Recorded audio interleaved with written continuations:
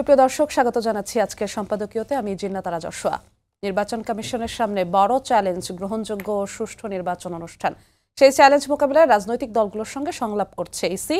প্রস্তাব আসছে দলগুলোর কাছ থেকে। জামায়াত ইসলামের দাবি ডিসি-এসপিদের লটারির মাধ্যমে বদলি করতে হবে। বিএনপির কথা রিটার্নিং অফিসার হোক ইসি থেকে। এনসিপি বলছে আচরণবিধি অনুযায়ী পোস্টারে দলীয় প্রধান ও প্রার্থীর ছবির বাইরে কারো ছবি সংযোজনের সুযোগ নেই। বিধান বাস্তবায়ন ইসির সামনে একটি পরীক্ষা। বিএনপি নেতা ডক্টর মঈন খান নির্বাচনে ধর্মের ব্যবহারে আপত্তি জানিয়েছেন। প্রশাসন ইসির নির্দেশে চলার কথা থাকলেও কতটা কার্যকর হবে এই আইনি বিধান? ভোটার, রাজনৈতিক দল, নির্বাচন কমিশন, প্রশাসন ও নিরাপত্তায় নিয়োজিত বাহিনীর দায়দায়িত্ব নিয়েও কথা হচ্ছে রাজনৈতিক মহলে। প্রাসঙ্গিক বিষয় নিয়ে আজকের সম্পাদকীয় নির্বাচন কমিশনের পরীক্ষা। আর এসব নিয়ে কথা বলতে আমাদের সঙ্গে স্টুডিওতে উপস্থিত আছেন নীলোফার চৌধুরী মনি, স্বনির্ভর বিষয়ক সহ সম্পাদক বিএনপি, এবং আরও উপস্থিত আছেন মাওলানা আহমদ আলী কাশিমি, নায়েবে আমির খেলাফত মজলিস। দর্শক, আপনারাও এই আলোচনায় অংশ নিতে পারেন। এজন্য আপনাদের ফোন করতে হবে টেলিভিশনে দেখানো নম্বরে। এছাড়া ফেসবুকের মাধ্যমেও আপনাদের মন্তব্য পাঠাতে পারেন। আলোচনা শুরুর আগে জেনে নেব এখনকার প্রধান শিরোনামগুলো। ইসি থেকে রিটার্নিং অফিসার চায় বিএনপি। লটারিতে বদলি দাবি জামায়াতের। আচরণবিধি মানানোর সক্ষমতা নিয়ে প্রশ্ন এনসিপির। বাস্তবতা মেনে ভোটের প্রস্তুতি কমিশনের। ফেব্রুয়ারি নির্বাচন উৎসব মুখর করতে সেনাবাহিনীর সহযোগিতা চান প্রধান উপদেষ্টা ডক্টর ইউনূস। জুলাই অভ্যুত্থানে সশস্ত্র বাহিনীর ভূমিকার প্রশংসা।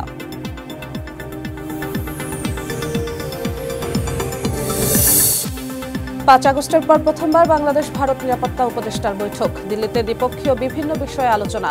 অজিত দোভালকে ঢাকা সফরের আমন্ত্রণ খলিলুর রহমানের।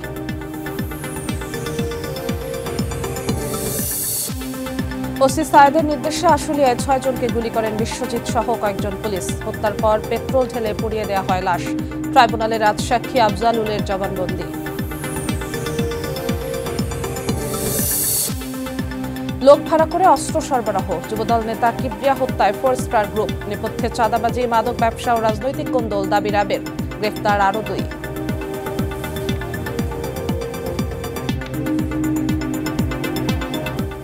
দর্শক, দেখছিলাম প্রধান শিরোনামগুলো, যাচ্ছে আলোচনায়। আপনাদের দুজনকে আরো একবার স্বাগত আজকের সম্পাদকীয়। নীলোফার চৌধুরী মনি, আপনাকে দিয়ে শুরু করতে চাই। ইসি নির্বাচনকে সামনে রেখে সব দলগুলোর সঙ্গে সংলাপে বসছে। আজকেও বেশ কয়েকটি দলের সাথে সংলাপে বসেছে। বিএনপির পক্ষ থেকে বলা হয়েছে, বিএনপি নেতা মঈন খান বলেছেন ইসিকে উদ্দেশ্য করে যে একবার সাহস করে এই সিদ্ধান্ত আপনারা নেন যেন রিটার্নিং অফিসার আপনাদের নির্বাচন কমিশন থেকে থাকবে, অ্যাসিস্ট্যান্ট রিটার্নিং অফিসারও আপনাদের নির্বাচন কমিশনের ডেডিকেটেড লোকেরা হবেন।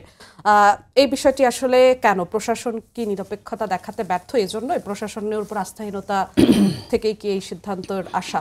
ধন্যবাদ আপনাকে। যারা শুনছেন আমার শুভেচ্ছা অভিনন্দন, আমার সহালোচককে শুভেচ্ছা। দেখেন, বাংলাদেশের যদি নিকট অতীত আমি দেখি, বা নিকট অতীত তো একদম না, একটা সরকার 3-4 বার জেকে বসেছিল, ভোট নামমাত্র হয়েছে। এই নামমাত্র ভোটগুলো যে হয়েছিল, সেই নামমাত্র ভোটের কিন্তু মদতদাতা ছিল কিন্তু প্রশাসনের। এই প্রশাসন যত অঘটন ঘটনগুলো ঘটিয়েছিল, এটা খুবই দুঃখজনক, খুবই লজ্জাস্কর যে এই প্রশাসন আপনার জনগণের টাকায় চলে, জনগণের সার্ভেন্ট হিসেবে তাদের নামের সাথে থাকে, অথচ জনগণের সাথে তারা চরম বিট্রে করেছে। কোনো একটা দলকে, কোনো একটা গোষ্ঠীকে সবসময় ক্ষমতায় রাখার জন্য তারা দিনের ভোটটা রাতে করেছে, আপনার আমির ভোট করেছে, এবং বিনা ভোটে সরকার করেছে। এই তারা 1 ঘন্টার ব্যবধানে, আপনি নিশ্চয়ই মনে আছে, 1 ঘন্টার ব্যবধানে সিইসি বলেছিলেন 1 ঘন্টা আগে 27% ভোট হয়েছে, 1 ঘন্টা পরে বলেছিলেন 42% ভোট হয়েছে। এই যে জিনিসগুলো, এগুলো মানুষকে, জনগণকে পেইন দেয়, জনগণকে ভোট থেকে বিরত রাখে, দূরে রাখে। এবং তখনই যে প্রশ্নটা আসে সেটা হলো লেভেল প্লেয়িং ফিল্ড ছাড়া নির্বাচনটা কিভাবে ভালোভাবে হবে। লেভেল প্লেয়িং ফিল্ড বলতে শুধুমাত্র রাজনৈতিক দলগুলোর প্রতি এককভাবে একরকমভাবে চিন্তা করাটাকেই বোঝায় না, এটাকেও বোঝায় খুব জরুরিভাবে। কারণ প্রশাসনের কাছেই দেখেন, একদম শুরু থেকে শেষ পর্যন্ত প্রশাসন, আপনি সেইখানে আইন শৃঙ্খলা রক্ষাকারী বাহিনী প্রশাসন বলেন, আনসার ভিডিপির প্রশাসন বলেন, ডিসিএসপি ইউনোর প্রশাসন বলেন, কিংবা আপনার কলেজের বিভিন্ন কলেজ, ব্যাংক, এইগুলার আপনার অফিসারদের, যাদেরকে প্রিজাইডিং অফিসার হিসেবে নিয়োগ করা হয়, তাদেরকেই বলেন। এই আগের সরকার, পতিত সরকার, ফ্যাসিস্ট, তারা কিন্তু 2 বছর 3 বছর আগে থেকে যাকে প্রিজাইডিং বানাবেন, পুলিং অফিসার বানাবেন, তাদের 14 জেনারেশনের খবর নিত, যে কে আওয়ামী লীগ করে, কে বিএনপি করে, কার শ্বশুর বাড়ি বিএনপি করে, ইত্যাদি ইত্যাদি করে। তখন কি করতো, তাদেরকে যদি কোনো রকম পেত বিএনপি অথবা জামাত অথবা অন্য কোনো দল, তাদেরকে কিন্তু নেয় নাই। এই মানুষগুলো কিন্তু এখনো আছে, জাকি আছে, তারা কিন্তু একটা টেবিল থেকে আরেকটা টেবিলে গেছে। কিন্তু প্রশাসনের, কারণ আওয়ামী লীগের 15.5 বছরে প্রায় 10,30,000 আপনার নিয়োগ হয়েছে, নিয়োগ বা আপনার এরা বিভিন্ন জায়গা থেকে। নির্বাচন কমিশনের উপর আস্থা কতটা আছে? নির্বাচন কমিশন তো এখনো ইলেকশন করে না, এই নতুন নির্বাচন কমিশন এখনো বলা যাচ্ছে না যে কতটুকু। আমরা আসলে বৃক্ষ তোমার নাম কি ফলেই পরিচয়, এই মুহূর্তে তাদেরকে তাদের এই কর্মকাণ্ডের উপর এখনো তাদের কর্মকাণ্ড শুরু হয় নাই। যেদিন থেকে আপনার তফসিল ঘোষণা হবে, তাদের কর্মকাণ্ডগুলো চাক্ষুষ আমরা দেখতে পাবো। এবং সেটার এখন পর্যন্ত নির্বাচন কমিশনের যেটা বলার কথা ছিল, যে সরকার যে এই যেটা তফসিল ঘোষণার পরে নির্বাচন কমিশন প্রশাসনের চেঞ্জ করবে, হ্যাঁ, ডিসিএসপি চেঞ্জ করার কথা, সেটা এখনই হচ্ছে যেটা, সেটা কি আবার 15 দিন পর আরেকবার রিশাবলিং হবে, আবার চেঞ্জ হবে? আমি জানি না। এই কথাটা যদি ইসি বলতেন, আমরা মনে করতাম এখানে ট্রান্সপারেন্সির একটা অপশন আছে, কিন্তু আমরা সেটা দেখতে পাচ্ছি না। তো আমরা আরও কিছুদিন দেখব, আমরা তাদের তফসিল পর্যন্ত দেখব যে তারা কি বলে, কি করে, এবং বলা এবং করাটা কতটা তাদের মধ্যে সামঞ্জস্য আছে। এবং তারা, বিএনপি একটা বড় দল, তাদের কথা মতো বিএনপি তো অন্যায় কিছু বলে নাই, বলেছে যে প্রশাসন থেকে না দিয়ে ইসি থেকে যেন আপনার এই অফিসারগুলোকে, রিটার্নিং অফিসারগুলোকে দেওয়া হয়। যেটা ডিসি থাকতো সেটা যদি অন্য কেউ হয়, ক্ষতি তো হওয়ার কথা না। তো সেই জায়গায় আমরা দেখব যে তারা কি ভূমিকায় এখন অবতীর্ণ হয়। তারা শুনেছেন, কিছু বলেন নাই। মাওলানা আহমদ আলী কাশেমি, আপনার কাছে আসতে চাই এই প্রসঙ্গে। এই প্রশ্নের উত্তরটা একটু আপনার কাছে চাই যে বিএনপি যেমন বলেছেন যে রিটার্নিং অফিসার যেন নির্বাচন কমিশন থেকেই হয়, প্রশাসন থেকে নয়। সঙ্গে আরেকটি বিষয় যে জামায়াত ইসলাম প্রস্তাব করেছে ডিসিএসপি বদলি যেন লটারির মাধ্যমে হয়, এটা আসলে কতটা বাস্তবায়নযোগ্য বলবেন? জি, বিসমিল্লাহির রহমানির রহিম। আপনাকে ধন্যবাদ, আমার সহ আলোচক, দর্শক শ্রোতা সবাইকে ধন্যবাদ জানাই। আপনি আলোচনা যেভাবে শুরু করছেন, আমাদের মনি আপা যে কথা বলছেন, এখানে খুবই একটা দ্বিমত করার কথা না এখানে। কারণ এখানে একটা সুষ্ঠু, নিরপেক্ষ, গ্রহণযোগ্য নির্বাচন করার জন্য মানে ইসির যেমন ভূমিকা, তেমনিভাবে বর্তমান যে সরকারের অধীনে তারা আছে, সরকারের ভূমিকাও খুব বেশি। হ্যাঁ, সরকার তাকে কিভাবে কতটুকু শক্ত রাখবে। আমরা বিগত দিনে দেখছি, মনে করেন ইসি মাজা সোজা ছিল না, এবং সে সোজা হয়ে দাঁড়াইতে পারেনি। এবং যেইভাবে যেই রেজাল্ট, মনিয়াপা যেটা বললো না, যে 20 থেকে 27 থেকে 42 হয়ে গেল, হ্যাঁ, পার্সেন্টেজ, ভোটের পার্সেন্টেজ, এগুলো কিভাবে হলো? এগুলো তাদেরকে যেভাবে ইশারা করছে, মানে জনগণ যতই বুঝুক, কিন্তু একটা নির্বাচন এরকম দেখাইতে হবে যে এত পার্সেন্ট ভোট কাস্ট হয়েছে, এটা তারা করছে। সুতরাং আমাদের দেশে তো মনে করেন বিগত 3টে নির্বাচনের কারণে এমন কিছু নির্বাচন কমিশন দেখছি এবং ইসি দেখছি যাদের প্রতি আমাদের আস্থা নাই। এখন আসলে সবচেয়ে বড় দুঃখজনক কথা হলো যে টেবিল থেকে টেবিল আমরা পাল্টাইবার পরেও লোক কিন্তু ওই মার্কা লোকেই থেকে যায়। কারণ বিগত দিন প্রশাসনের যেই লোকগুলাকে নিয়োগ দিয়েছে, যেহেতু 10,30,000-এর মতো লোক যে প্রশাসন নিয়োগ দিয়েছে এই এর আমলে। আর মনিয়াপা খুব সুন্দর বলছেন যে প্রত্যেকটা লোকের মানে তার বডি মানে তাকে তার বংশের পরিচয়, হ্যাঁ, কোনো দিক দিয়া মানে অ্যান্টি আওয়ামী লীগের কোনো গন্ধ বাতাস, মানে এগুলো যদি পাওয়া গেছে, তাকে কিন্তু আর তাদেরকে নিয়োগ দেওয়া হয়নি। তাহলে সুতরাং এই ধরনের মানে আওয়ামী গুলামদেরকে কিন্তু তারা বিগত দিন নিয়োগ দিছে। এখন ওরা যদি তাদের, এবং এখন বলতে পারেন যে এদেরকে তো আর হুট করে বাদ দেওয়া যাবে না। এরা প্রশাসনের বিভিন্ন দায়িত্বে আছে, এক টেবিল থেকে আরেক টেবিলে গেছে, কিন্তু তাদের গলায় একটা দড়ি এমন থাকতে হবে যে উল্টাপাল্টা করার কোনো সুযোগ নেই। সেই দড়িটা ধরে রাখবে কে? ইসি রাখবে।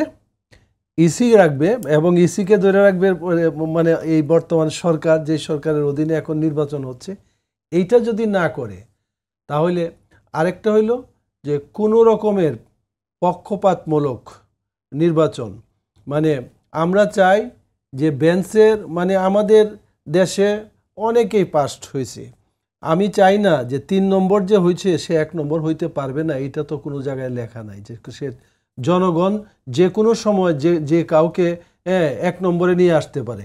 এই জনগণ যাতে 1 নম্বরে জনগণের নিজের ইচ্ছায় এবং তাদের ইচ্ছাটাকে সুষ্ঠুভাবে যাতে প্রতিফলিত হয়, সেখানে যাতে কারো কোনো ধরনের বাধা তো দূরের কথা, কারো কোনো ধরনের প্রভাব যাতে কোনোভাবে তৈরি না হয়, প্রশাসনিক প্রভাব কোনো রকমের, এবং নির্বাচনের প্রত্যেকটা কেন্দ্রে যাতে এরকমভাবে থাকে পুলিশ, সেনাবাহিনী, আমরা নিজেরাও এগুলো বলছি যে সেনাবাহিনীও দিতে হবে, নিয়োগ দিতে হবে, যাতে তড়িৎ গতিতে কোনো রকমের ঘটনা যদি ঘটে এগুলা করতে পারে। জামাত ইসলামের ওই প্রস্তাবটা ডিসিএসপি বদলি যদি লটারির মাধ্যমে হয় সেটা কতটা বাস্তবায়ন? না, লটারির মাধ্যমে শুনেন, এই ব্যাপারে জামাত ইসলাম বলতে পারে, জামাত ইসলামের সব কথা যে আমাদের বলতে হবে, আমি তো খেলাফত মজলিস করি, কতটা বাস্তবায়নযোগ্য? আমি লটারির মাধ্যমে হইলে এটা তো আমি লটারি দেখলে হবে না, নির্বাচন কমিশন এখানে দেখতে হবে কারে দিয়া কাজ ভালো হবে, কোন লোকটা সৎ, দায়িত্ব, নিষ্ঠার সাথে পালন করবে, কোনো ধরনের প্রভাব বিস্তার বা কোনো রকমের করবে না, তার অতীতের মতাদর্শে যাই হোক, কিন্তু এখন নির্বাচন কমিশন কর্তৃক স্বচ্ছ গ্রহণযোগ্য একটা নির্বাচন করার জন্য যা যা করা দরকার নিয়মের ভিতরে থেকে কাজ করবে, যেটা সেই ধরনের আস্থাশীল। এখন লটারিতে তো এই ধরনের আস্থাশীল ব্যক্তি এইভাবে আসার কোনো সুযোগ নেই, সেটা উনি বলতে পারেন। জি, আরেকটি প্রশ্ন আপনার কাছে আসতে চাই। বিএনপি নেতা ডক্টর মঈন খান বলেছেন নির্বাচনে ধর্মের ব্যবহারে আপত্তি জানিয়েছেন। আপনারা ধর্মীয় রাজনৈতিক দল, ধর্ম রাজনীতির যে বিষয়টি বিভিন্ন সময় দেখা যায় মসজিদ, মাদ্রাসায় কিংবা বিভিন্ন ধর্মীয় মাহফিল, এসব জায়গায় রাজনৈতিক বক্তব্য দেওয়া হয়, এই জায়গায় আপনাদের অবস্থানটা দেখেন। এই জায়গা তো এখন আমার সাথে আমরা তো দলই করি, ধর্মীয় দল, আমাদেরকে ধর্মভিত্তিক দল না করার জন্য বিভিন্নভাবে করি। ধর্মীয় আমরা তো মনেই করি যে ধর্মভিত্তিক দল করার জন্য আপত্তি না, ধর্মের ব্যবহার বলতে আপনি কি বুঝেন?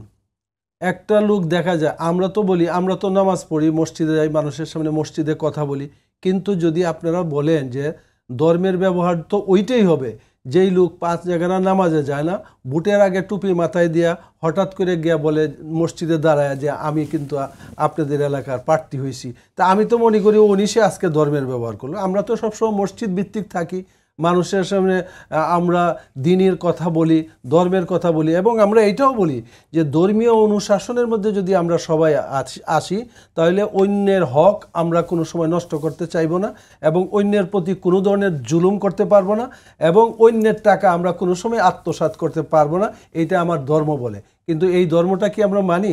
সুতরাং ধর্মের ব্যবহার যদি তাৎক্ষণিকভাবে এইভাবে কেউ করে, আমরা তো দলেই ধর্মীয়, আমরা চাই যে সকল মানুষ ধর্মের ভিতরে চলে আসুক, এবং আমরা মনে করি একটা ইসলাম ধর্ম, বিশেষভাবে ইসলাম ধর্ম যদি সত্যিকার অর্থে আমরা প্রতিষ্ঠা করতে পারি, দেশের সকল নাগরিক, যে কোনো ধর্মের নাগরিক, সে তার ন্যায্য হিস্সা, সে এখানে নাগরিক অধিকার যেটা সে পাবে, কারো প্রতি কোনো জুলুম করা হবে না, এবং মেয়েরাও মেয়েদের যথাযথ হক, তাদের অধিকার থেকে তারা বঞ্চিত হবে না। এটা মসজিদ মাহফিল বিভিন্ন জায়গায় নির্বাচনী প্রচারণা করাটাকে আপনারা কোনো অন্যায় হিসেবে দেখছেন না, তাই তো? না, আমাদের কাজেই তো মানুষকে, মানে এই যে দেখেন, আমি বুটটাকে মনে করি, বুট তো আমি একজনকে আমি সমর্থন করলাম যে এই লোক দ্বারাতে দেশের ভালো কাজ হবে, কোনো রকমের অন্যায় হবে না, এই লোকের চরিত্র ভালো, এই জন্যই আমি তাকে সিলেক্ট করলাম, তাকে আমি সমর্থন দিলাম। কিন্তু সত্যি ধর্ম তো এটাই বলে, যেই লোকটাকে ভালো মনে করো, সব দিক দিয়া মানুষের কল্যাণ হবে, কোনো রকমের এলাকার মধ্যে কোনো রকমের অন্যায়ের আশ্রয় দিবে না, তার নিজের দলের লোকও যদি হয়, সেও যদি অন্যায় করে, সে কঠোরতার সাথে সেগুলো দমন করবে, সেটার বিপক্ষে থাকবে, এই ধরনের লোক যদি হয়, তা আমরা তো আমাদের ধর্মই তো বলে যে এই ভালো লোকটাকে সাপোর্ট দেওয়া, তাকেই তো ভোট দেওয়ার কথা বলবে। অন্যরাও কিন্তু সবাই একই কথা কিন্তু বলে যে ভাই আমাদের প্রার্থী কিন্তু যোগ্য, সবাই তো একই কথা বলে, তাই না? সুতরাং এইটা বিবেচনা করার জন্য ভোটারদের হাতে আমরা ছেড়ে দেব। ভোটাররা সত্যিকার অর্থে এই লোকটা কত পার্সেন্ট ভালো, বিগত দিনের ইতিহাস কি, তার বিগত জীবনে সে কীভাবে চলছে, এই সব কিছুই তো আমরা মনে করি যে আমার ধর্মে এগুলার মধ্যে অনুশাসন আছে সব জায়গায়। সুতরাং আমরা তো মনে করি না যে ধর্মের বাইরে কোনো কিছুই নেই। আমি মসজিদ থেকে নিয়ে রাষ্ট্র পরিচালনা সকল জায়গায় আমরা মনে করি যে ধর্মের ভিত্তিতে হতে পারে, এতে কারো কোনো রকমের জুলুম এবং অন্যায় হবে না। এই জন্যই আমরা ধর্মীয় রাজনীতি করি, খেলাফত মজলিস করি, যে খেলাফত প্রতিষ্ঠা করার জন্য। আমাদের চূড়ান্ত লক্ষ্য হলো যে এই দেশে খেলাফত রাষ্ট্র ব্যবস্থা প্রতিষ্ঠা করা, আমরা যদি সুযোগ পাই। জি, আপনার কাছে আবার আসবো। নীলুফার চৌধুরী মনি, বিএনপির আপত্তি আছে নির্বাচনে ধর্মের ব্যবহার নিয়ে, আপত্তিটা আসলে কোন কোন জায়গায়, আপনাদের কি মনে হয় ইসিকে এই বিষয়ে কঠোর অবস্থান নিতে পারবে কিনা? দেখেন, ধর্ম তো আলাদা জিনিস। ধর্ম একটা মানুষের জন্য তার পরকাল, তার বিবেক, এইসব জিনিসগুলোকে জাগ্রত রাখে। আমরা প্রত্যেকেই কোনো না কোনো ধর্মের অনুসারী, কিন্তু এইখানে যদি ধর্মকে আপনার গণতন্ত্রের সাথে আমরা গুলিয়ে ফেলি, লাইক একজন ভালোবাসার কথা যদি আমি বলি, একটা মানুষের অনেক রকম ভালোবাসা থাকতে পারে। একটা মানুষ তার সন্তানের জন্য তার একরকম ভালোবাসা, এটার কোনো বিকল্প হয় না। তার স্ত্রীর জন্য একরকম ভালোবাসা, এটারও কোনো বিকল্প হয় না। তার মায়ের জন্য একরকম ভালোবাসা, এটারও বিকল্প হয় না। তিনটার ভালোবাসা কিন্তু একরকম না, তিনটা ভালোবাসা কিন্তু আলাদা আলাদা আলাদা প্রেক্ষাপটে। সো ধর্মের এইখানে ধর্মের যে ভালোবাসাটা, সেটা যদি রাষ্ট্রের অনেক সময় রাষ্ট্র পরিচালনার সময় অনেক রকম ডিসিশন নেওয়া হয়, সেটা কিন্তু এই প্রেক্ষাপটে বাংলাদেশের মানুষের যে ধর্মীয় কালচারটা, সেখানে শিক্ষার চেয়ে অশিক্ষাটা বেশি থাকে। কিন্তু গণতন্ত্রের কিন্তু ওইখানে কোনো ছাড় নাই। যে কারণটার জন্য আমরা মনে করি যে ধর্ম যার যার, রাষ্ট্র সবার জন্য, যেহেতু এখানে অনেক ধর্মাবলম্বী থাকে এবং ধর্মের মধ্যেও কিন্তু ভাগ আছে। আপনি দেখেন, জামাত ইসলামী একরকম ধর্মের অনুসারী, ওনারা একরকম ধর্মের অনুসারী। তারপরে আপনার চরমোনাই একরকম ধর্মের অনুসারী। একজন যদি আপনার কি বলে মাজারকে শ্রদ্ধা করে, তো আরেকজন মাজারের একদম বিরোধী। তো এই যে কালচারটা, এই কালচারে তারাও তো এক হতে পারে না। একজন আরেকজনকে কাফের বলছে, একজন আরেকজনের চেহারা দেখছে না, একজন আরেকজনকে নাস্তিক বলছে, একই ধর্মের অনুসারী হওয়ার পরেও সেখানে ভাগ ভাগ করা। সো শুধু ধর্মের উপর ডিপেন্ড করলে একটা রাষ্ট্রের গণতন্ত্র কোনোভাবেই চলতে পারে না। আর রাষ্ট্র এটাই স্বাভাবিক। রাষ্ট্রের আইন অনুযায়ী চলবে, ধর্মের আইন অনুযায়ী চলবে। ধর্ম রাষ্ট্রকে গুলিয়ে ফেলা কোনো সভ্য জগতের, কোনো সভ্য পৃথিবীর কাজ না। নির্বাচনকে সামনে রেখে প্রচারণাগুলো যখন মাহফিল, মসজিদ বা বিভিন্ন এরকম ধর্মীয় উপাসনালয় থেকে হয়, সেই জায়গাতে আপনাদের অবস্থান কি, আপনারা কি স্বাভাবিকভাবে নিচ্ছেন বিষয়গুলো? দেখেন, এটা স্বাভাবিক জিনিস। আপনার সঙ্গে আমার দেখা হয়েছে, কোথায় দেখা হয়েছে? হঠাৎ মসজিদে দেখা হয়ে গেল 3 বছর পরে। আমি তো ওইখানেই বলবো যে আমি ভোটে দাঁড়াইছি, আপা আমাকে দোয়া করেন। এটা হলো এক ধরনের আপনার সঙ্গে আমার আদান প্রদান। আরেকটা হচ্ছে আমি টার্গেট করে যাচ্ছি মুসল্লিদের, এটা কিন্তু ঠিক না। মুসল্লিদের টার্গেট করে গিয়া যে আমাকে ভোট দিলেই তুমি বেহেশতের টিকিট কিনতে পারবা, এই যে বেহেশতের টিকিট কে কিনতে পারবে, কোন ধর্মের? প্রত্যেকটা ধর্ম কিন্তু বিশ্বাসের উপর দাঁড়িয়ে আছে।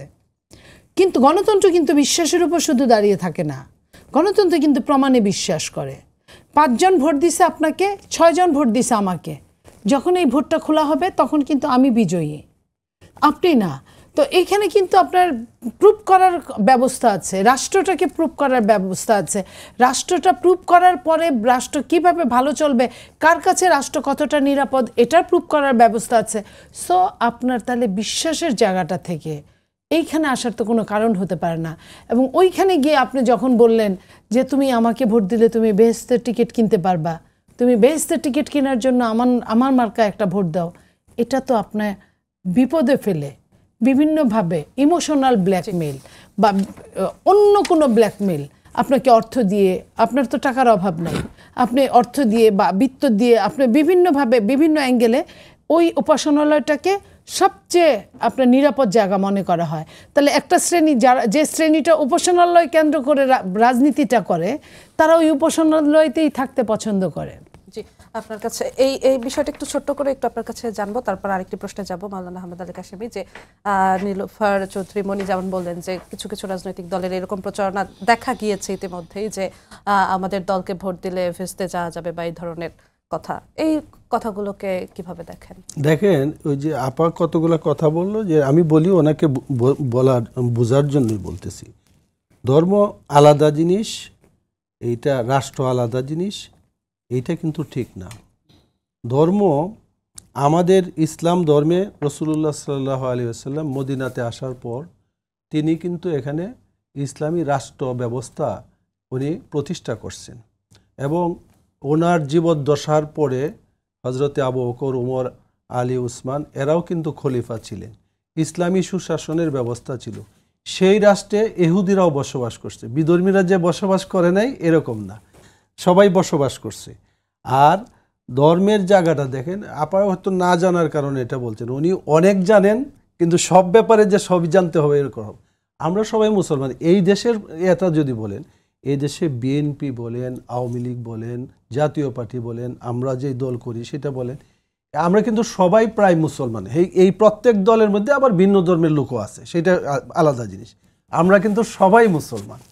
কিন্তু রাষ্ট্র পরিচালনার ক্ষেত্রে আমাদের দেশের যেই দলগুলো আছে, তার কেউ আছে যে ধর্মনিরপেক্ষভাবে রাষ্ট্র পরিচালনা করার চেষ্টা করছে, আর কেউ ধর্মীয় অনুভূতি কিছুটা জাগ্রত রেখে, যেটাকে জিয়াউর রহমান করছে, কিছুটা ধর্মীয় অনুভূতি ছিল, উনি বিসমিল্লাহির রহমানির রহিম রাষ্ট্র এর মধ্যে করছেন, ধর্মীয় অনুভূতি ওনার জাগ্রত ছিল, এবং ওনারাও সেটা বলেন যে আমরা ধর্মীয় মানে এতে বিশ্বাস করি, তাই না, এটা করে। কিন্তু দেখেন, আর রাষ্ট্র থেকে ধর্ম এটা ওনাদের ভাবে আলাদা কথা বলতে পারেন, কিন্তু ধর্মের সাথে রাষ্ট্রের যদি সংমিশ্রণ হয়, তাহলে এই যে আমার ভিন্ন ধর্মের লোকেরা, ভিন্ন ধর্মের যে সমস্ত নাগরিক আমার দেশে আছে, তারা কোনো সময়ই তারা নির্যাতিত হবে না, তারা অধিকার ক্ষুণ্ণ হবে না, ন্যায্য পাওনা থেকে তারা কোনো সময় বঞ্চিত হবে না।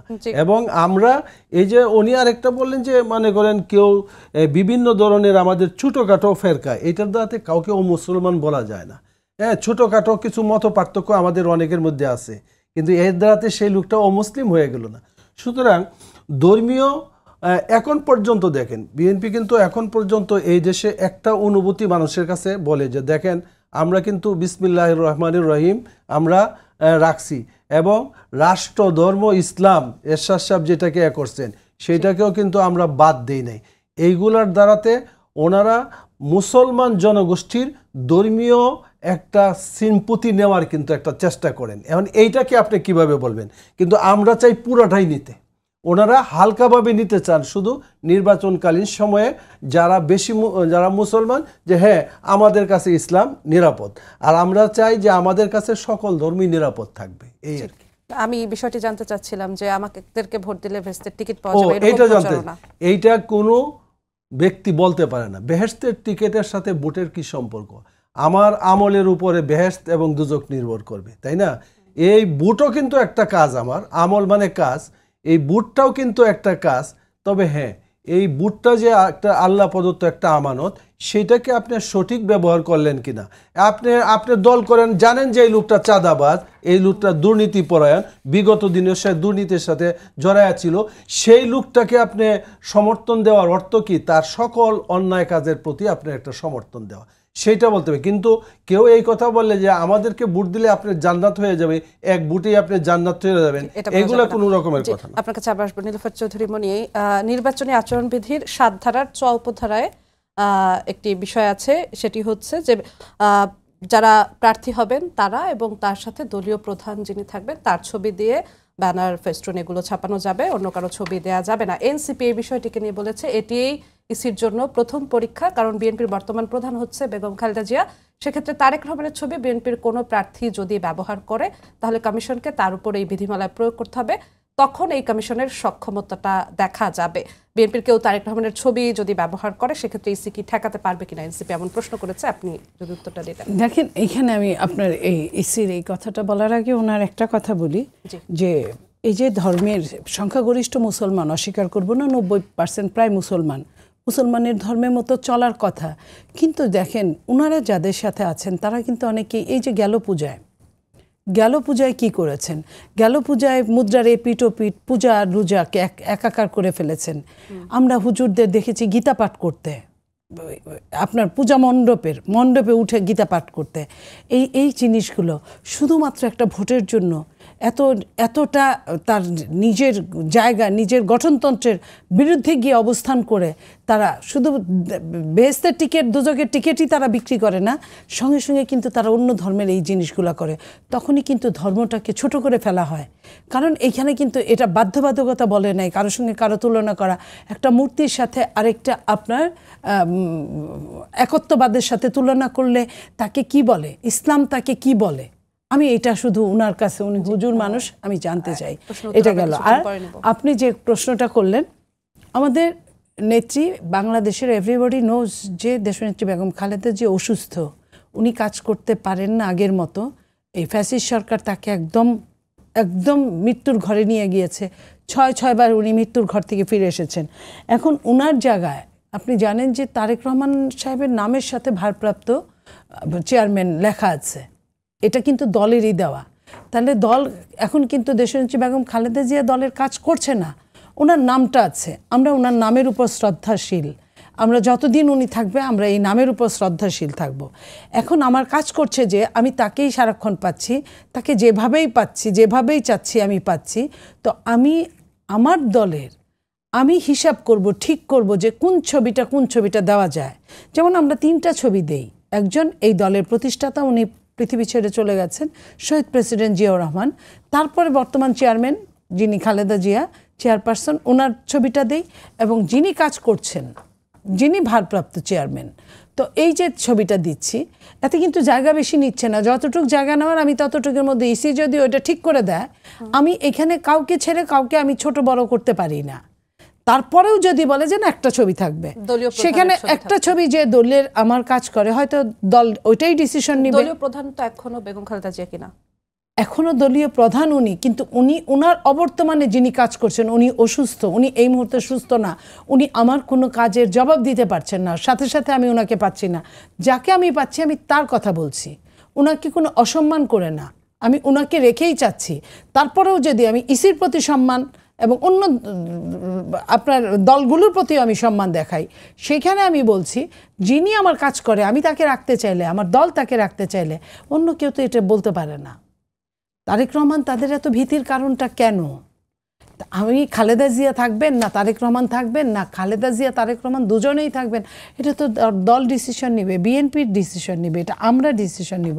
তাদের তো এটা ডিসিশন নেওয়ার কথা না। ইসির নিয়ম বিধিমালা ভঙ্গ হলে সেক্ষেত্রে কি হবে? এখানে তো বিধিমালার মধ্যে পড়ে, আপনার ধরেন আপনি একজন অসুস্থ, কিন্তু আমরা তার পথটা রেখেছি, এটা আমার দলের গঠনতন্ত্র। আমি এই দলের সংখ্যাগরিষ্ঠ ভোটের কথা বলছি, এবং সেই সংখ্যাগরিষ্ঠ ভোটের মাধ্যমেই আমরা কিন্তু ভারপ্রাপ্ত নিয়োগ করেছি।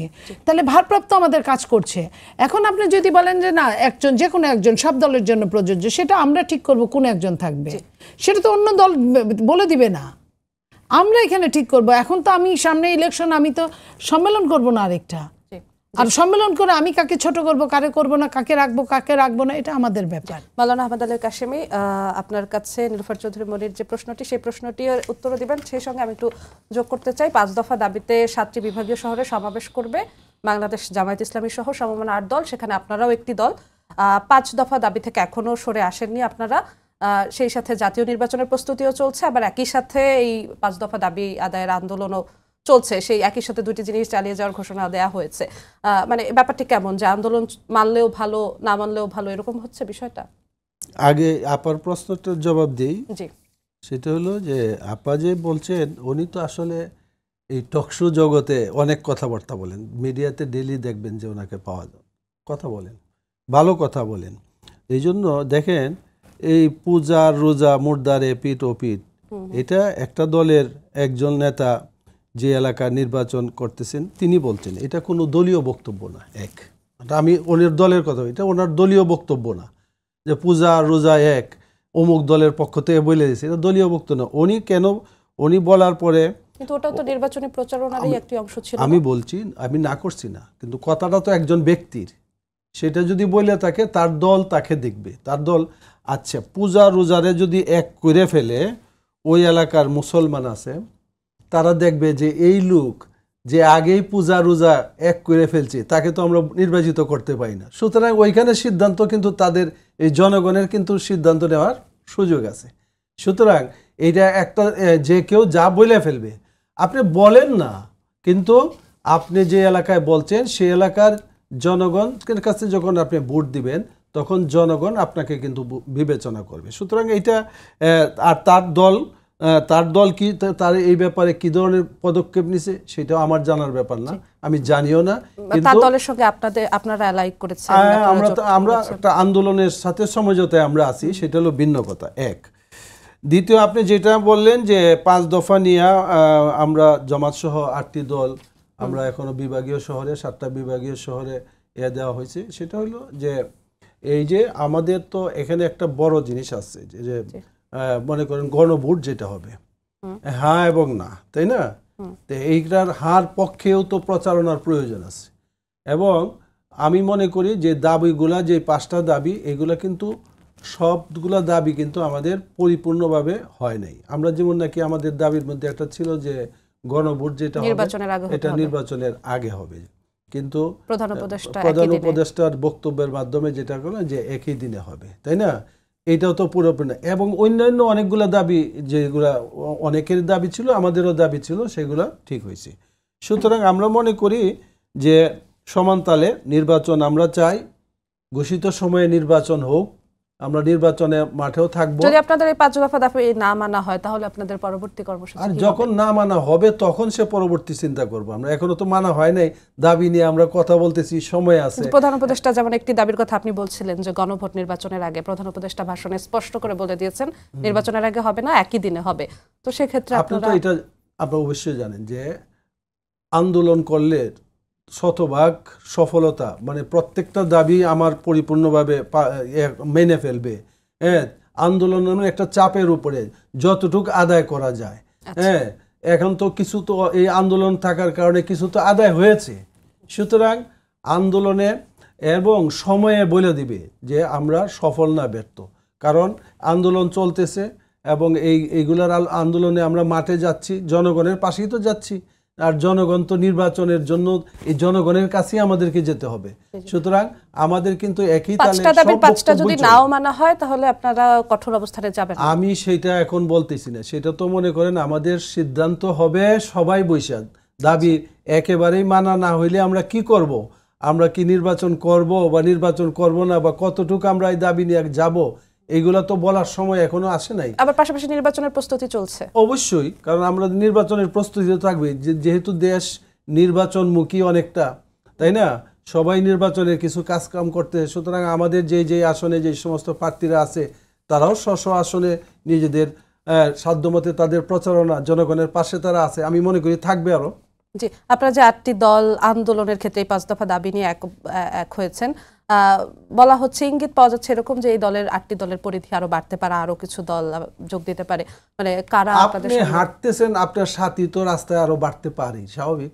হাঁটার রাস্তায় যখন আপনি চলছেন, চলার রাস্তায় তো আরো 2-1 সাথী বাড়তে পারে। যদি আমাদের মতের সাথে আরো কেউ আইসা একত্রিত হয় তাহলে আমাদের সংখ্যা বাড়তে পারে, এটা তো অসম্ভবের কিছু না। জি, নীলুফার চৌধুরী মনি, এই বিষয়টিতে আসতে চাই যে 5 দফা দাবিতে 8টি দল তারা আন্দোলনের ডাক দিচ্ছেন, এবং যেমনটি বললেন আলী কাশেমি যে কি হবে সেটা পরবর্তীতে বোঝা যাবে। এই যে এই সময় এসে বলা যায় অনেকটা বড় বড় কয়েকটি দল তারা যখন এরকম আন্দোলন করে, যখন বলা হচ্ছে যে ইসির সামনে একটি পরীক্ষা, তখন কি পরীক্ষাটা আরো বড় হয়ে যাচ্ছে ইসির জন্য? আমার কাছে এরকম মনে হচ্ছে না। কারণ কি, আমার কাছে যেটা মনে হচ্ছে সবাই কিন্তু নির্বাচনের একটা ট্রেনের মধ্যে উঠে গেছে, এবং তারা দেখেন দর কষাকষি করে, আবার নির্বাচনী প্রচারণাও করে, কে কোন আসনে ইলেকশন করবে ওইটা হিসাব করে। সবার আগে জামাত ইসলামী করেছে। হ্যাঁ, সবার আগে প্রায় 1 বছর আগে তারা কিন্তু তাদের লোকজন নামিয়ে দিয়েছে, এবং মহিলারা বাড়ি বাড়ি ভোট চাচ্ছে। এটা কিন্তু নতুন কিছু না। তো সেই জায়গায় তারা দর কষাকষির জন্য আমার মনে হয় যে এই আন্দোলনগুলোর একটা ডাক দিতে হয়, তাই ডাক দিয়েছে। এগুলো তারা যদি আপনার সেই 5 দফার মধ্যে যেটা ইম্পর্টেন্ট যে আগে নির্বাচন, গণভোটটা হবে, সেটা যদি না মানতো ওই দিনই কিন্তু তারা আন্দোলনের ঘোষণা দিতেন। তারা কিন্তু আলাদা আলাদাভাবে, জামাত আলাদা বলেছে, অন্য দলগুলো ইসলামী আলাদা বলেছে, তারা বলেছে আমরা একসাথে হয়ে আমরা খুব সত্তর প্রেস কনফারেন্স করব। যেই দিন আপনার চিফ অ্যাডভাইজার বক্তব্য ভাষণ দিলেন, সেই দিন তারা বললেন, তাদের কিন্তু ওই সময়টা এখন পর্যন্ত আসে নাই। তার মানে কি? মৌনত সম্মতির লক্ষণ। তারা অনেকটাই এখানে একমত হয়েছেন এবং তারা স্বপ্ন বিভোর আছেন, তারা হয়তো ক্ষমতায় যাবেন এরকম ভাব দেখাচ্ছেন। তো যদি ক্ষমতায় যাওয়ার জন্য তারা ওপেন বলেন এখন, তাহলে তো তাদের নির্বাচনই করা উচিত, সব কিছু মেনে নেওয়া উচিত। এগুলো তো সিলি ঘটনা, এগুলো তো বড় কিছু না, নেওয়া উচিত আমি মনে করি। আরেকটি বিষয় একটু ছোট্ট করে জানতে চাই, নির্বাচন অবাধ সুষ্ঠু করতে সরকারের কাছে নতজানু না হয়ে নির্বাচন কমিশনকে শক্ত অবস্থানে থাকার আহ্বান জানিয়েছে বিএনপি। সরকারের অবস্থান নিয়েও কি এখন কোনো সন্দেহ আছে কিনা? 1 মিনিটে। সন্দেহ তো সম্পূর্ণই আছে, অর্ধেক আছে এটাও বলবো না আমি। কারণ আপনি দেখেন কোনোটাই তো কাজ এগোচ্ছে না। এই যে জিনিসগুলো, আইন শৃঙ্খলা রক্ষাকারী বাহিনী ট্রমাটাইজ থেকে বের হয়ে আসা, তারা দুইটা ঝগড়া লাগালে তারা মানে কি নির্লিপ্তভাবে তাকিয়ে থাকেন, তারা কাউকে ধরেন না। মারামারি হয়ে যাওয়ার পরে তারপরে তারা ছোটাছুটি করেন। আপনার কোনো অস্ত্র উদ্ধার করে নাই এখন, ওরকম কোনো তো অস্ত্র উদ্ধার করে নাই। প্রশাসন এখন পর্যন্ত ঢেলে সাজানো হয় নাই। প্রশাসনের যে ব্যক্তিগুলো এর আগে তিনটা নির্বাচনে ছিল এবং অন্যায়মূলক আচরণ করেছে, তাদের কোনো শাস্তিমূলক ব্যবস্থা হয় নাই, তারা এখনও ওইভাবেই আছে। তাদেরকে কিভাবে 11th আওয়ারে তাদের কয়জনকে নিবে না বাদ দেওয়াটা, এটা অসম্ভব ব্যাপার হয়ে দাঁড়িয়েছে। তো এই জায়গায় তো আমি মনে করি যে সরকারের কাছে একটা সন্দেহ বড় ধরনের। আপনার কাছে একদম আমরা শেষের দিকে চলে এসেছিলাম। মাওলানা আহমদ আলী কাশেমি, ছোট করে এই বিষয়টি জানতে চাই, সরকারের অবস্থান নিয়ে নির্বাচন সামনে রেখে কোনো সন্দেহ আছে কিনা? না, সরকার তো মনে করেন 1 বছরের উপরে সময় নিয়ে নিছে। এখন আমরা সন্দেহ করতে চাই না, কারণ সন্দেহ, আমরা চাই যে সরকার বাকি সময়টা একটা সুষ্ঠু নির্বাচন এবং যে সমস্ত আমাদের দাবি দাবা আছে এটা সহ একটা সুষ্ঠু নির্বাচন করে সরকারের বিদায় হোক, দেশে একটা গণতান্ত্রিক সরকার প্রতিষ্ঠিত হোক, দেশের স্থিতিশীলতা আসুক এবং জনগণের বহুত দিন যাবৎ জনগণের অভিপ্রায় জনগণ ব্যক্ত করতেছেন, জনগণ থেকে নির্বাচিত একটা সরকার হোক। এবং এই সরকারকে আরেকটা কথা বলতে চাই, বড় দল আর ছোট দল মাথায় না নিয়ে জনগণ যেই দলকে বড় বানায় সেই দলকে প্রতিষ্ঠিত যাতে করার সুযোগ দেওয়া হয়, এটা সরকার করুক। সরকার কি এমন কোনো কাজ করছে আপনাদের চোখে পড়ছে? অবশ্যই কিছু না কিছু তো চোখে পড়ছে। সরকার লন্ডনের আলোচনার পরেই কিন্তু ওনার নির্বাচনের একটা ডেট দিছে, মানুষের এই জন্য একটা সন্দেহ আসতেই পারে। নিরাপত্তা ব্যবস্থা, আইন শৃঙ্খলা বাহিনী, এইটা তো নিরাপত্তা, এইটা তো মনে করেন এখন কতটুকু নিরাপত্তা ব্যবস্থা হবে সামনে, এবং এখনো দেখতেছেন যে আইন শৃঙ্খলার অবনতি অনেক জায়গায়, নিহত হচ্ছে, বিভিন্ন জায়গায় গুলিবিদ্ধ হচ্ছে, এবং ওই প্রচারণা করতে গিয়ে গুলিবিদ্ধ হইলেন একজন প্রার্থী বিএনপি। সেই জন্য সরকারকে এই যে আপা যেটা বলেন আর কি, যে অস্ত্র উদ্ধার সহ কোনো কিছুই করার দৃশ্যমান অনেক কাজ বাকি আছে সুষ্ঠু নির্বাচনের জন্য। আমরা মানে এবং জনগণ দেখবে শক্ত অবস্থানে আইন শৃঙ্খলা বাহিনীকে আসতে হবে। আপনাদের দুজনকে অসংখ্য ধন্যবাদ আমাদের সঙ্গে আজকে যুক্ত হওয়ার জন্য। সবাইকে ধন্যবাদ জানিয়ে শেষ করছি আজকের সম্পাদকীয়। আগামীকাল আবারও দেখা হবে একই সময়ে। শুভরাত্রি।